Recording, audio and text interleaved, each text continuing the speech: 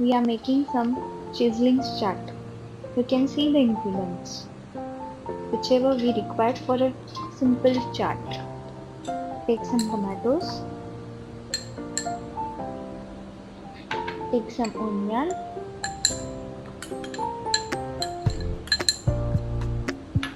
take some cucumber,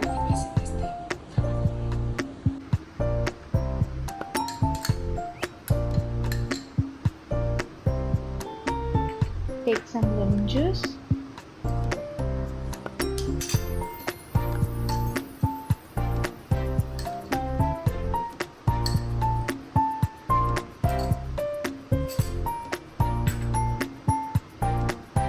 take some seasonings, put some salt, put some chaat masala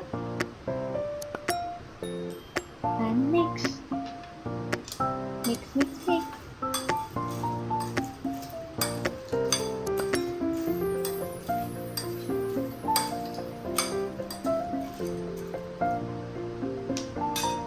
Don't forget to add some coriander on top of it. After mixing, our Cheeseling chaat is ready to serve. Try it and let me know in the comments.